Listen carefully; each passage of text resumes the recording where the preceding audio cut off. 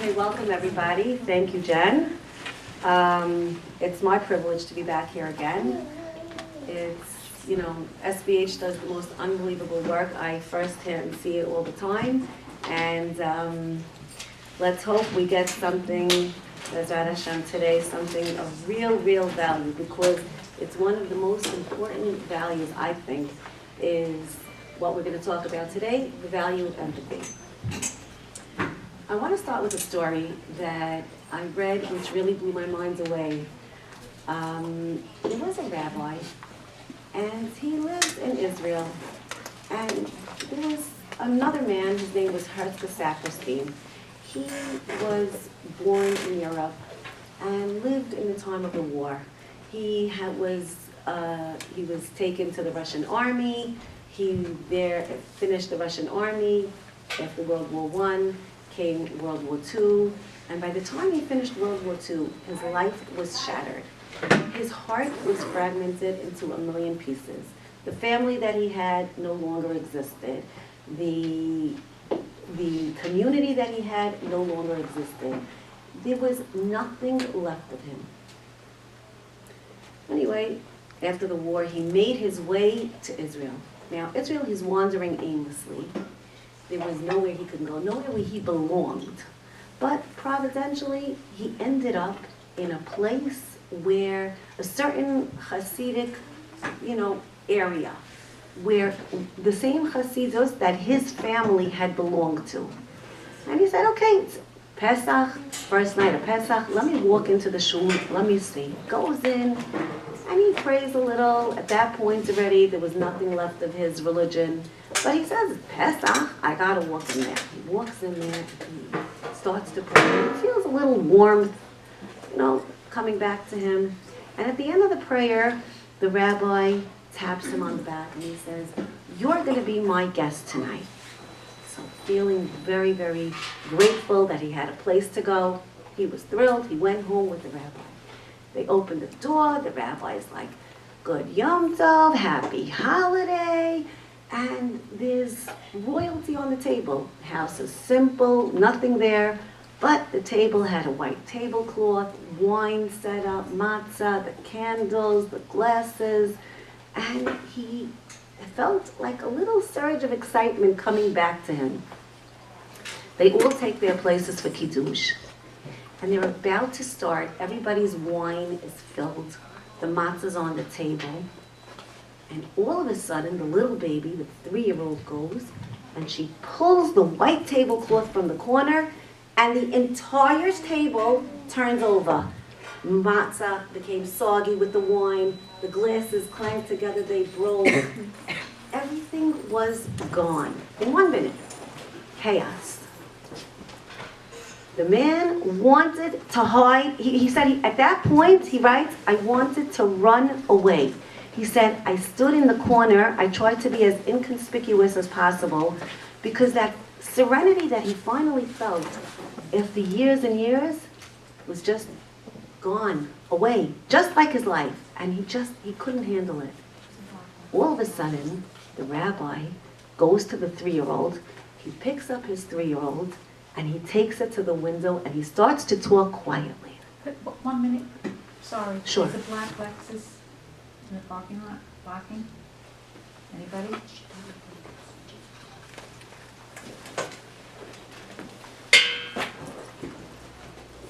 He takes his daughter to the window, and he goes to the window, and he starts to talk to her, and he hugs her, and he, pats her, and he calms her down, and he says, my daughter, I know you're scared, right? There's a lot of confusion in life. Now, they lived in chaotic times. They lived in times of war, running, going, safe, not safe. And the girl, she got like a bit afraid. So he, right away, reflected her feeling and said, I know, my daughter, you're afraid. There's confusion outside. Come, stay with me. Let's go back to the table and let's see what we could pick up and paste together, and we'll begin again. Now, Herzl was standing in the corner, and he couldn't believe it. he says, for him, for his personal life, he said this was exactly the message that he needed to hear. That, yes, confusion, wartime, fear, insecurity, but you know what? We need to get back, pick up whatever we have, and start again. That was his message. I want to reflect on the message of the Father. Imagine us working, how long do we work for Pesach? A month at least. Making the matzah, we don't make the matzah, but making the matzah, getting the wine, buying, shopping. Imagine such a thing would happen to us. Imagine our reaction. It would be more about my mitzvah, my matzah, my seder. The Father was able to rise above, get into the shoes of the little kid, and paste it back together and march on. And from here, I want to introduce to you the art of therapy, the art of empathy, excuse me. Empathy is the art of stepping imaginatively into the shoes of another person. It's not about feeling bad. It's not just the feeling. That's the difference between empathy and sympathy. It's not just the feeling. It's really imaginatively. You gotta use your imagination, because you don't see that perspective. You will never see another's perspective. You can only see your own, because you stand in your own shoes. It's getting into the shoes of another person, understanding their feelings and perspectives, and using that understanding to guide your actions. Based on that understanding, your actions follow. So you see, if the Father had been thinking of his own perspective, of his own mitzvah, he would have never been able to respond like that to the child. His actions were they followed his understanding of the child. And that, in essence, is empathy. Empathy helps you connect with others. And I wrote it down because I feel it's very important for us to write it, to read it many times, to imbue it until it becomes part of us. Empathy helps you connect with others, feel alongside them, understand them, work with them, and meet their needs. And that's really what we're going to focus on tonight. And towards the end of the class, I'm going to give to you a couple of practical skills that will help you bring it into your home and help you raise your children accordingly. I want to start with something that Barack Obama wrote. Very fascinating. You wouldn't believe it. I know nobody expected that, but I got to tell it to you anyway. Okay. He writes, he's about to become president. He's running for the presidential campaign, and he was a great speaker. And he writes the following. He says, there's a lot of talk in this country about the federal deficit, but I think we should focus more on the empathy deficit. Our ability to put ourselves in somebody else's shoes, to see the world through those who are different from us. And then he gives examples. He says, how about the child who goes hungry? How about the immigrant who cleans your dorm room? How about the laid-off steel worker? Now listen carefully to what he says.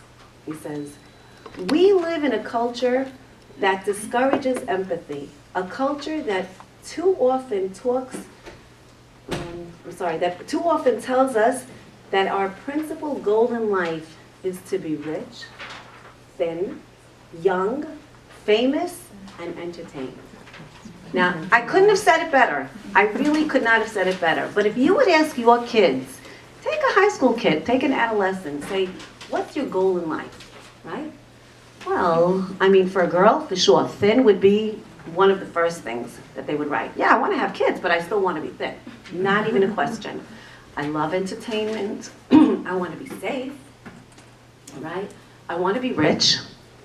These are the goals that children aspire to.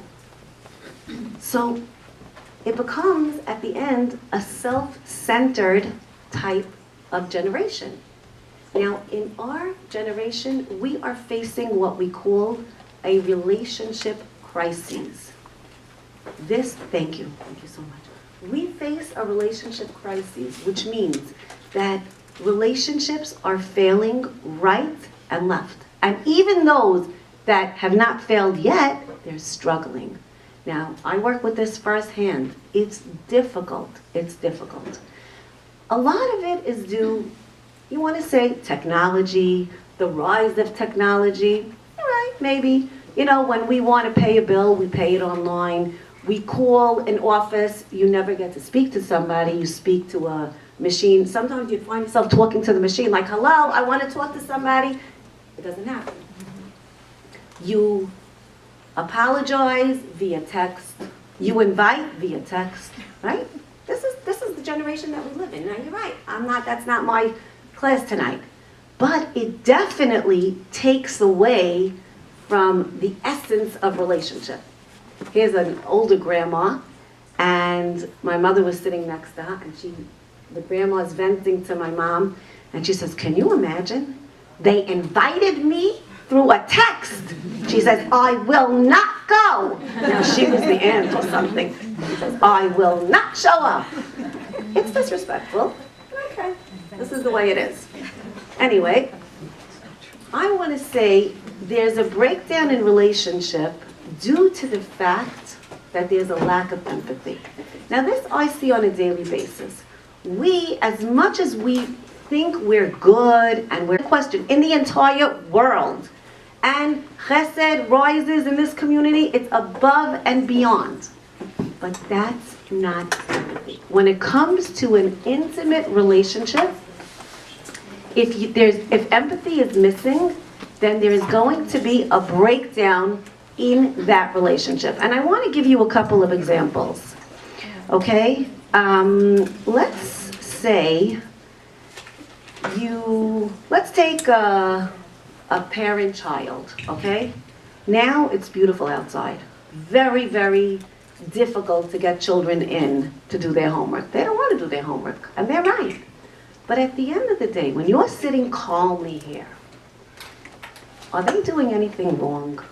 And you're like, get inside! We need to do our homework. All right, you know what? You're not getting this. You know, I'm taking away your phone for a week. Now, he doesn't know what you're talking about. He's riding on his bike, he's having fun. You are seeing your perspective. You're seeing the fact that you have a schedule. You have to give dinner, you have to give a bath, you have to do their homework, you have to get the night going. That's your perspective. And that's 100% right. But at the same time, you need to understand a child's perspective. He doesn't realize the importance. All right, I'll do my homework soon, or I'll eat dinner in a minute, or I'll take my shower a little later. He doesn't see that's his perspective. We'll talk about dealing about it after. I just want to give you a couple of examples.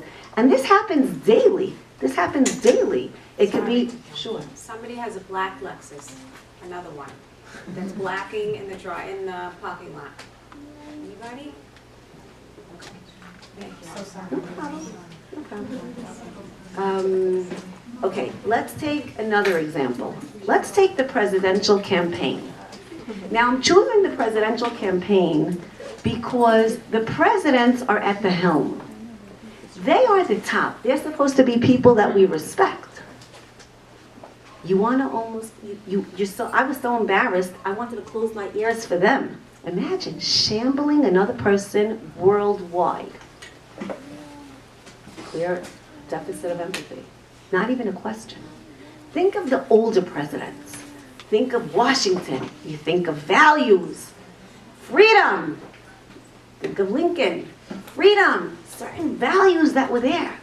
Now, what do people learn when they hear that? They smile to themselves, but it becomes permissible to talk to somebody else like that. And girls wonder, why are our kids so disrespectful? Why? What are we doing wrong? A lot of it is not us. A lot of it is the environment that we live in. The culture breeds selfishness. And it's in the air.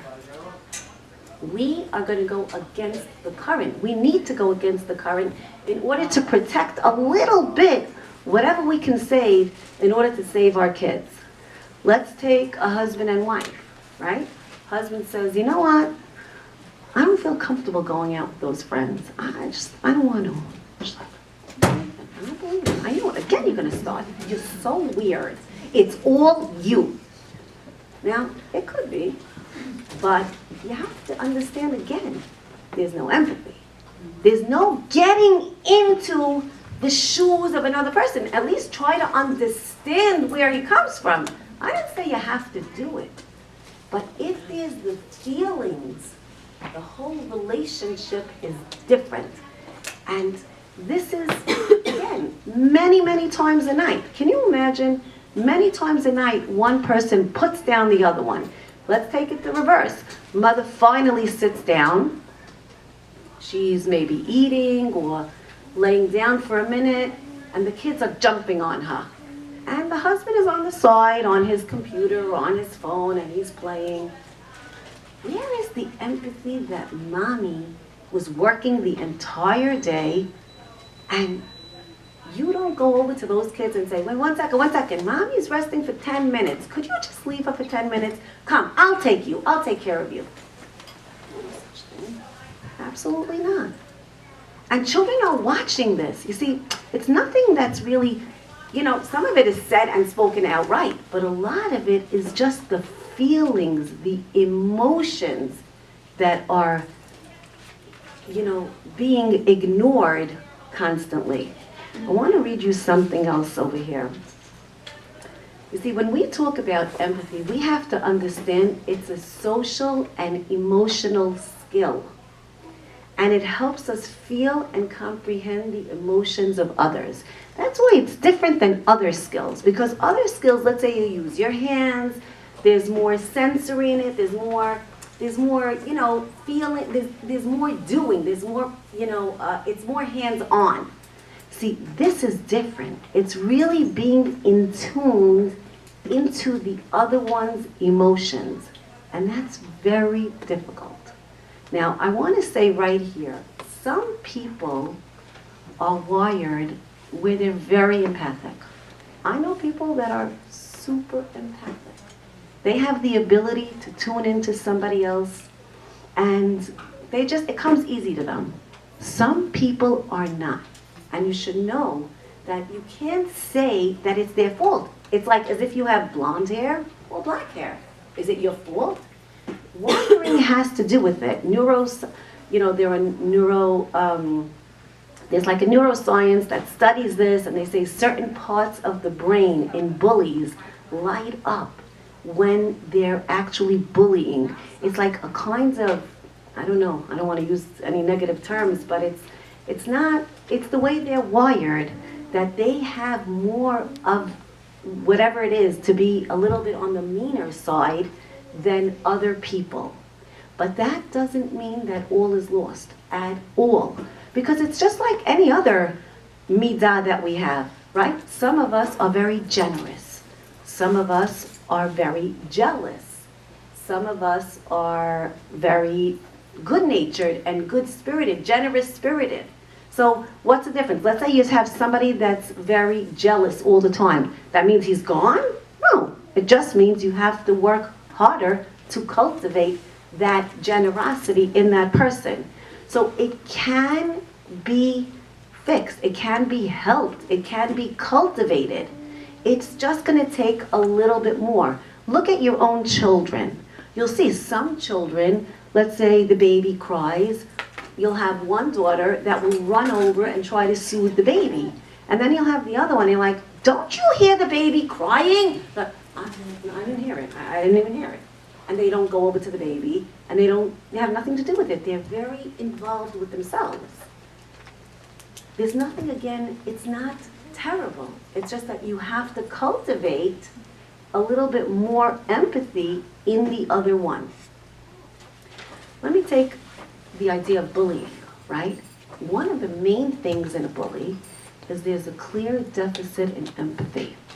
And it goes along with a lower self-esteem and different other circumstances, But at the same time, if we would try to understand and help the bully through practical skills, which we'll talk about, you can really help a bully try to understand another one's perspectives.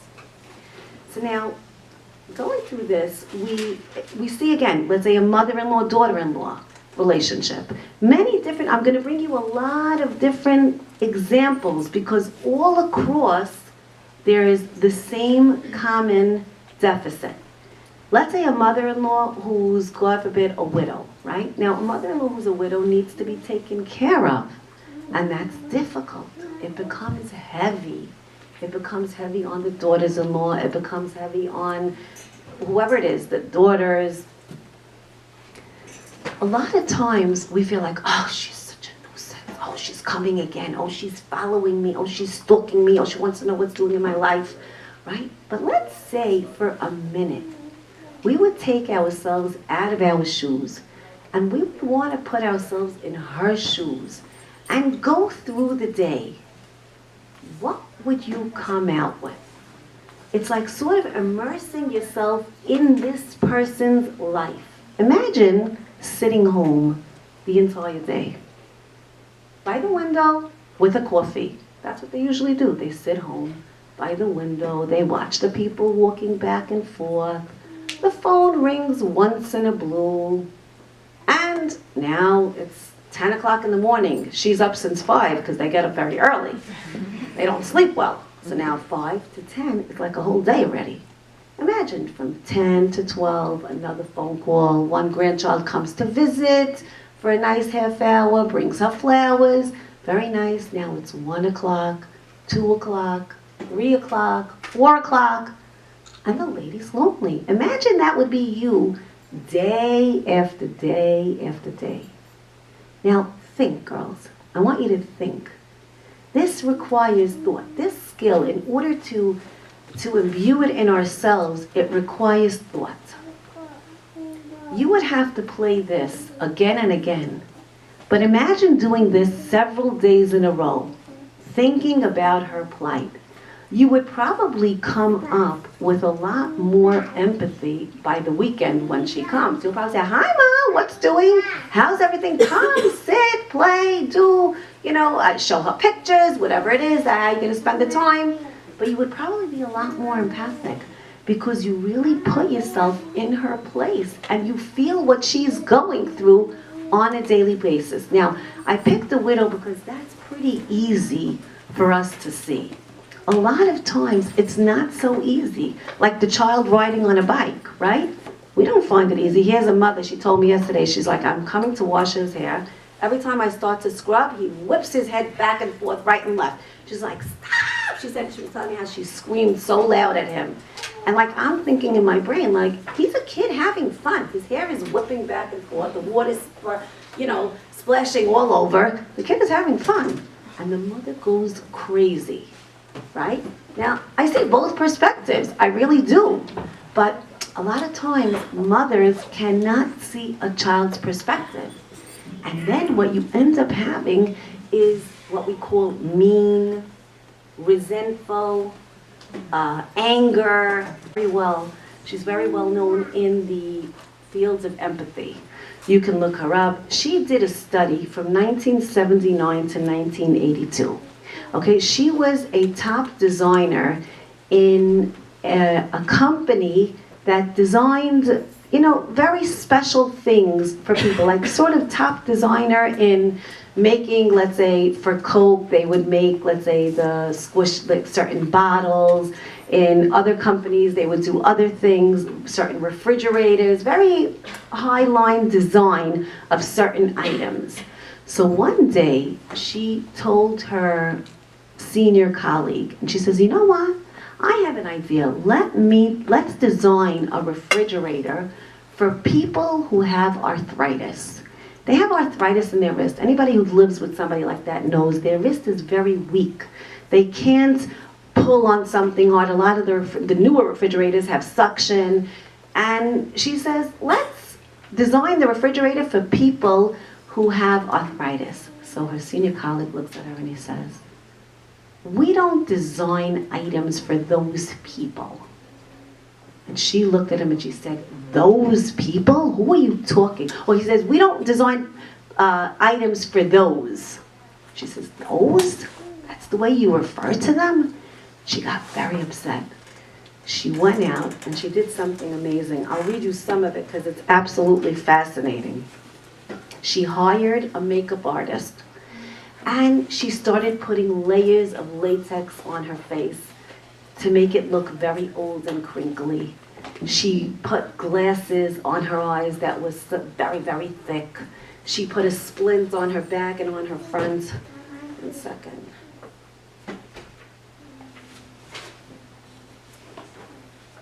Okay.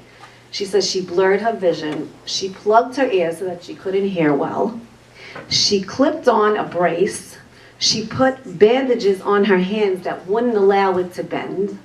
And she sort of she said, I wanted a true immersion character, an empathic character where I could really walk into somebody else's shoes. And she went around for 3 years like this, and she visited over 100 cities in her persona, attempting to really, negotiate the world around her and find out what older people live like. And she said it was absolutely fascinating. She said, so she would go and she would go amongst the crowd, and then she would feel like, oh, they're pushing me and I can't stand up straight. And she was going on the bus, she needed a lot of help, and she really wanted to feel what these elderly people felt like. As a result of her immersion, what did she come out with? She came out with the utensils that are universal design. She made that up. She says it's, thick rubber peelers, certain spatulas in the kitchen, certain items that are universally able to be used by everybody. And that's what she came out with. They call it the all-inclusive or universal design. Now, she put herself in that place and she really felt it. And that's why her brain went in that direction of producing a line that is helpful to these types of people. We don't have to go so far, but we really, really have to work on ourselves to really get into the perspective of the other person. I want to start with our immediate family. We're not, rallying a campaign like her, but we need to start with our immediate family. Your family will benefit much more if you develop this. Let's take another example. Let's take a mother-in-law and a daughter-in-law, right? Have you ever seen a mother-in-law have the same perspective as a daughter-in-law? It's almost impossible. You understand? But it's not that you should have the same. It's that you should accept it. And you should know that it's different. And yet respect her for her opinion, for her feelings, for her ways of doing things. Once you accept it, you're much better off. Much better than fighting. She doesn't do it this way, and I don't like the way she leaves her stuff around, and I don't like the way she doesn't say hello to my mother nicely, and whatever it is. Maybe she's juggling 3 babies, and she said, hi, Grandma, and she didn't get a chance to come over and say, hi, Grandma, nicely. Okay, give her a minute. But before you start putting her down, you need to understand where she's coming from. If you don't understand, you take 3 babies under 2.5 and start juggling them. You will see that you yourself cannot manage. You get exasperated after a minute. I get out of breath just looking at them. And then I say to myself, I was the same way. And now I understand my grandmother who got out of breath looking at me. But the truth is, once you understand, you have a different perspective. There was, we very often come across in a relationship as judgmental. This is a very big problem, especially in our community. We come across as being very judgmental of the other person. Now I want to make you a figure over here. Suppose I have a triangle, right? Suppose I have a triangle. and I have, let's say, let's make this, a small building. Somebody A is standing on this side, C is standing on this side. Over here I have flowers, and over here I have a lot of trees, okay? Now, if I tell A, I'm C, and I talk to A and I say, wow, the trees over there are magnificent. And she says, there are no trees, there's flowers. And I say, no, you don't understand. Look ahead straight, there's trees. And she says, I'm looking ahead straight over here, but I see flowers. You see, it's very interesting. When you are standing a little bit apart of another person, you'll have a hard time seeing it exactly like that person because you're standing in another place. Now, you could be close, but you'll never be exactly in the other one's shoes. The rabbis teach us a line. Al tadin et chavercha ad shetagia limkomo. Don't judge a person until you are in his shoes. What does that mean? Okay, so I'll get in his shoes and I'll judge him. The answer is you will never be in his shoes, and therefore the rabbis are teaching you, don't judge another person. You can't judge another person because you'll never know exactly what that person is thinking and how that person feels.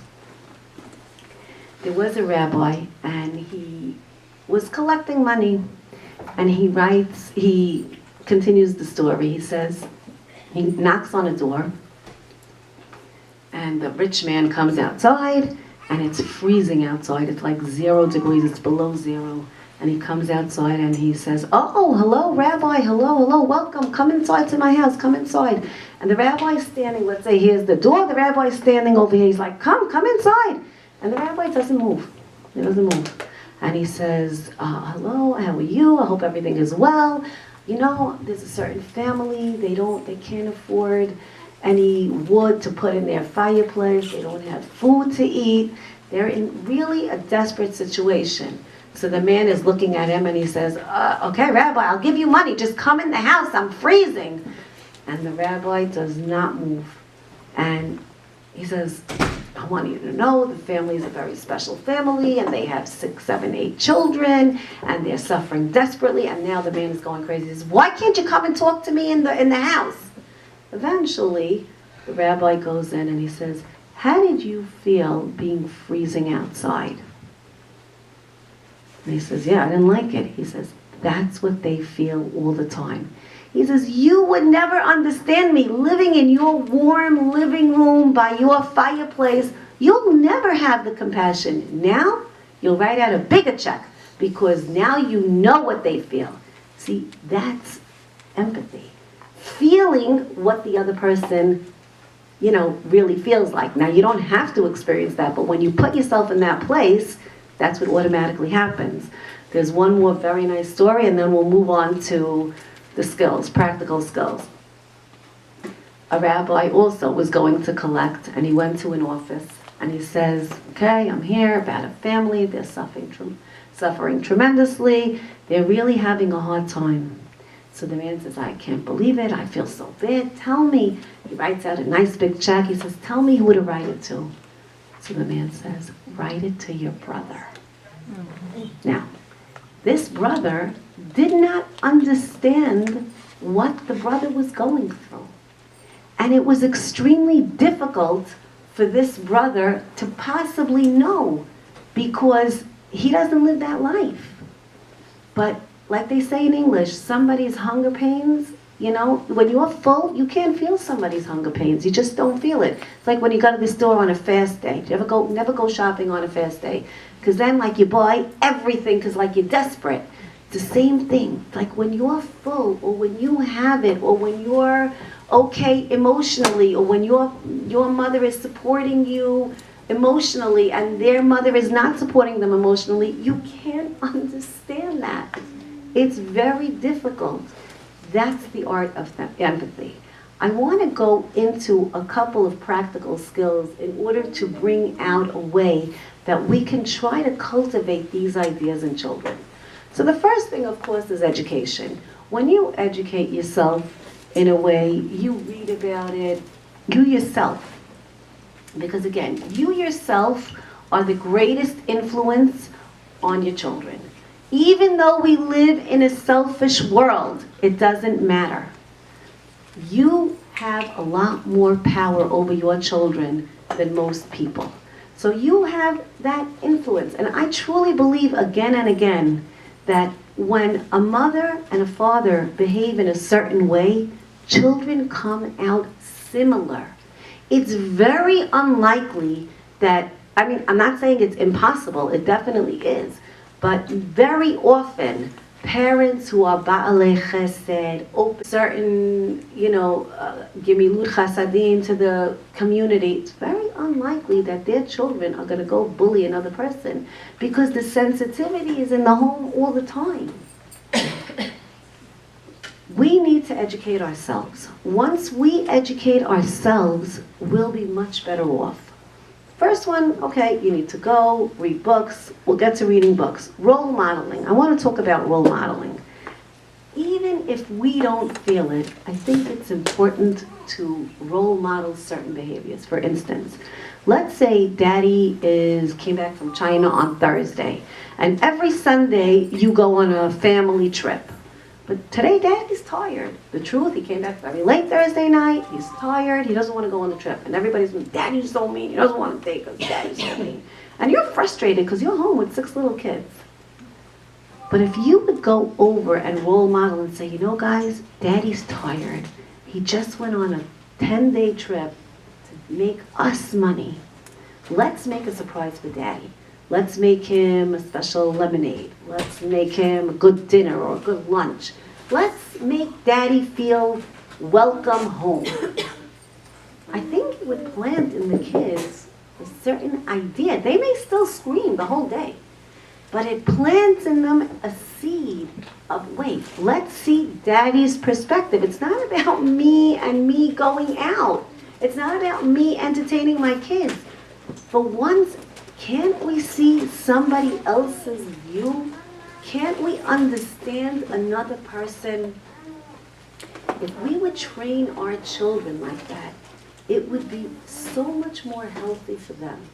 They will feel better about themselves. Because when you're self-centered, you want everything for yourself. And there's an endless amount. You'll never satiate yourself. The children today will never be happy because it's endless. There's no way. The minute they get one thing, they want the next thing. Before they get one thing, they ordered it already, it's done, their eye is scanning for the next thing. So it's an endless satiation. If you would teach children to give of themselves by role modeling for them, you have a neighbor, you say, come. They're Hasidic, they're different than you. Okay? Doesn't matter. Go over to them and say, welcome to our block. You make them cupcakes, you make them feel good. Children watch, they see how you talk. You go to the cleaners and you send your kid in and you say, go pick up my clothing. They come back, the shirt that you needed that night for a wedding is not there. You say, wait, where's that shirt? I need it. Kid goes back, he says, sorry, they were so busy, they didn't get to it, it's not done yet. Now, what are you doing? What are you doing? You're so mad. I can't believe it. I'm never going to use this cleaners again. He's very irresponsible. I'm not using him again. See, there's a lack of empathy. Why don't you say, you know what, Hansi, the guy must be on overload. It's so busy. It's such a busy season. All right, I guess I'll have to wear something else. You just role model the idea of seeing somebody else's view. It's not about us. Okay, you're right. I'm not going to wear what I wanted to wear. But, okay, it is what it is. We have to train, we have to bend ourselves to see somebody else's view. So role modeling, I believe, is probably the greatest way because at the end of the day, after all is said and done, children usually turn out like their parents. Now, sometimes there's a nice long, it's like, it goes back full circle. There's a nice long big circle. They don't always end up there right away. But later on, they usually are. They come back full circle. your mom hosted and thought of everybody, you usually will do the same thing. It's very likely that children will absorb from the mother what the mother says. So that's role modeling. Let's take videos, books, and stories. One of the greatest ways to teach children is through stories. Reading certain books to them and reading certain stories to them. Why? Because children are not threatened by it. It's objective. It's not about them. So, at the table, we talk so much, and there's a lot of family time, there's a lot of table time. We talk a lot over there, and a lot of it has no value, or a lot of it is talking about other people. So we want to eliminate that, and we want to tell them a story. So let's say you notice a certain kid that's mean to their siblings, or a certain kid that's, very selfish or stingy. So, you sort of pick a story. There's billions of books. You go to McCarr, there's so many books out there. And you teach them a story about somebody who, let's say I told my kids a story of the boy that was stuttering. And the other person made fun of him tremendously. And it killed the stutterer's life. It destroyed him. Every day he would go to school and he couldn't talk. And imagine another boy taunting him, bothering him, teasing him. It destroyed him. So whatever the whole story went, eventually the other boy became a stutterer. It's a whole story. But I told it to my grandchildren. I sat there and said, I want to tell you a story. And they were sitting there looking. And at the end, you teach them the lesson. You say, children, sometimes kids stutter. Sometimes kids are bullied. You know what we have to do? We have to go over and side with them. We have to be on their side and stick up for them. They say one of the greatest things in bullying, this is from Dr. Rona Novick. She was great. Did she come here? Mm-hmm. Yeah, she came here. Okay, so she's really fantastic. And she writes that one of the most important things is really educating the bystanders, because the children around are the majority. The bully's one. The victim is one.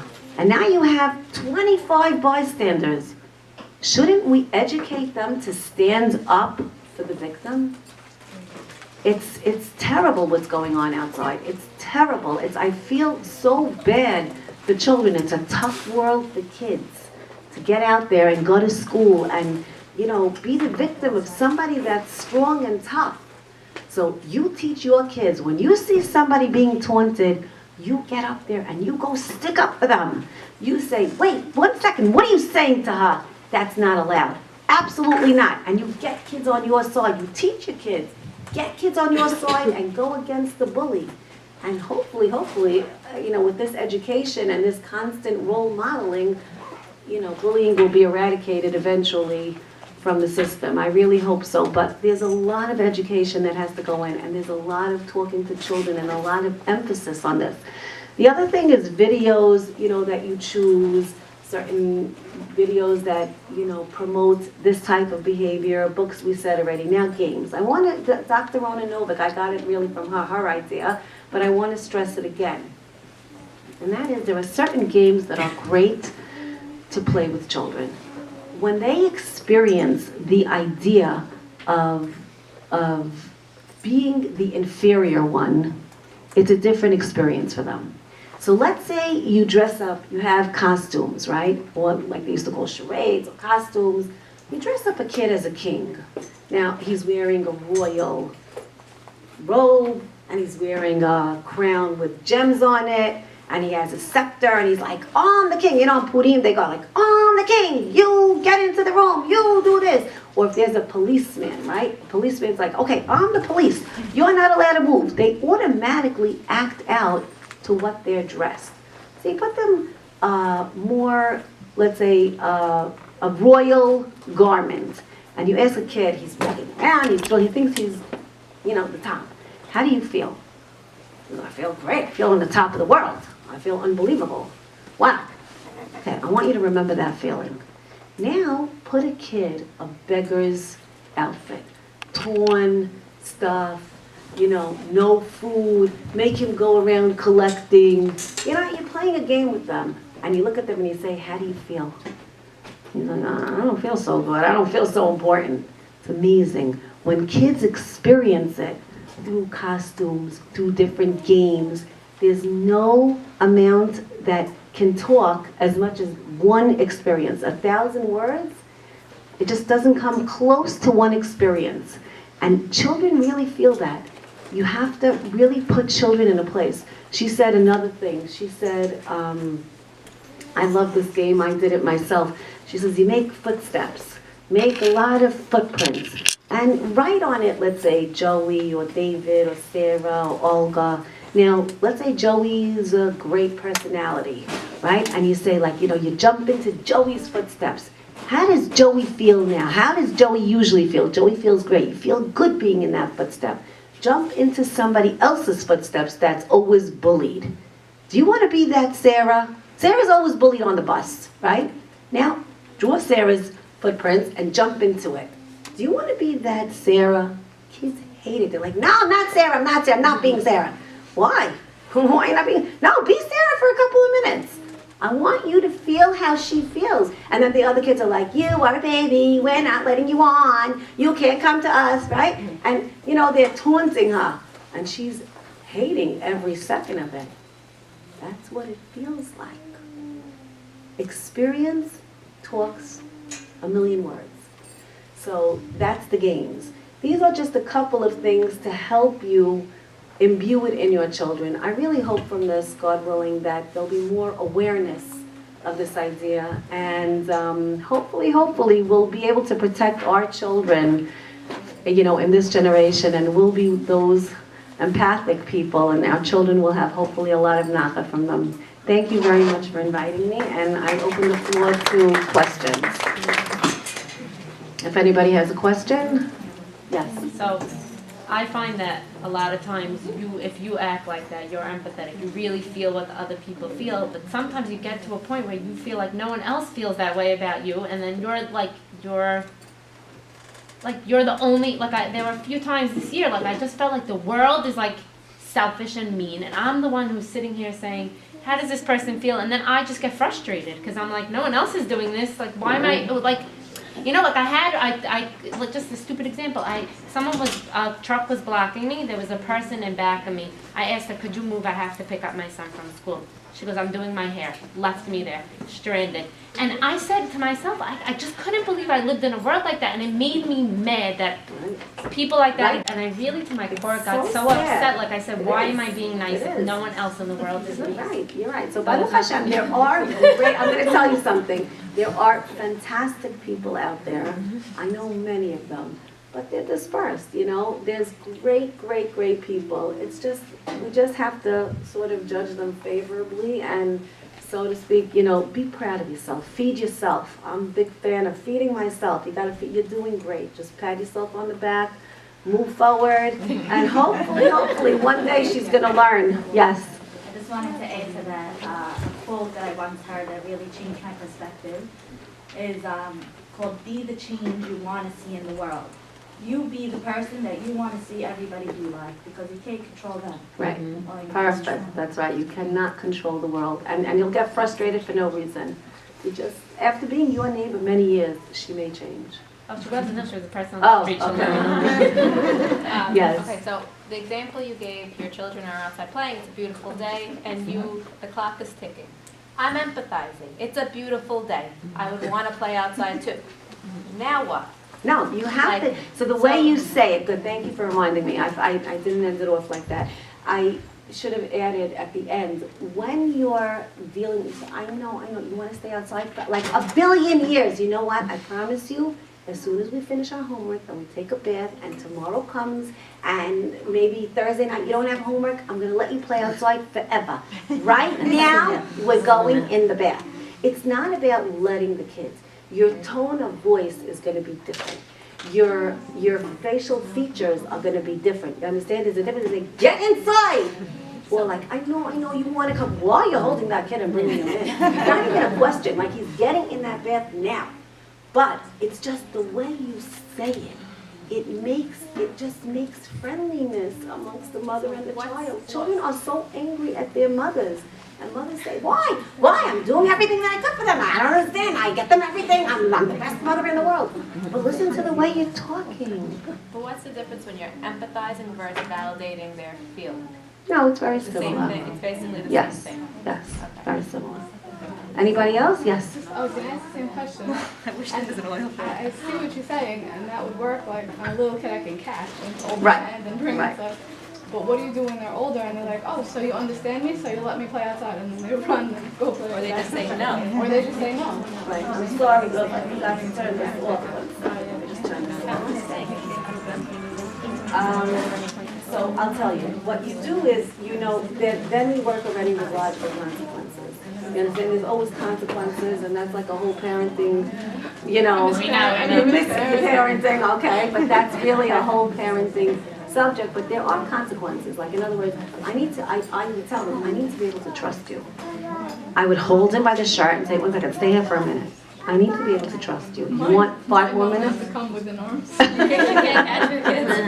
Right. Well, before they go out, you say, really, I don't want you to go out. I don't want you to, you know, I don't want you, but, you know, I'm going to trust you that you're coming in, and I hope that you're not going to make me unhappy.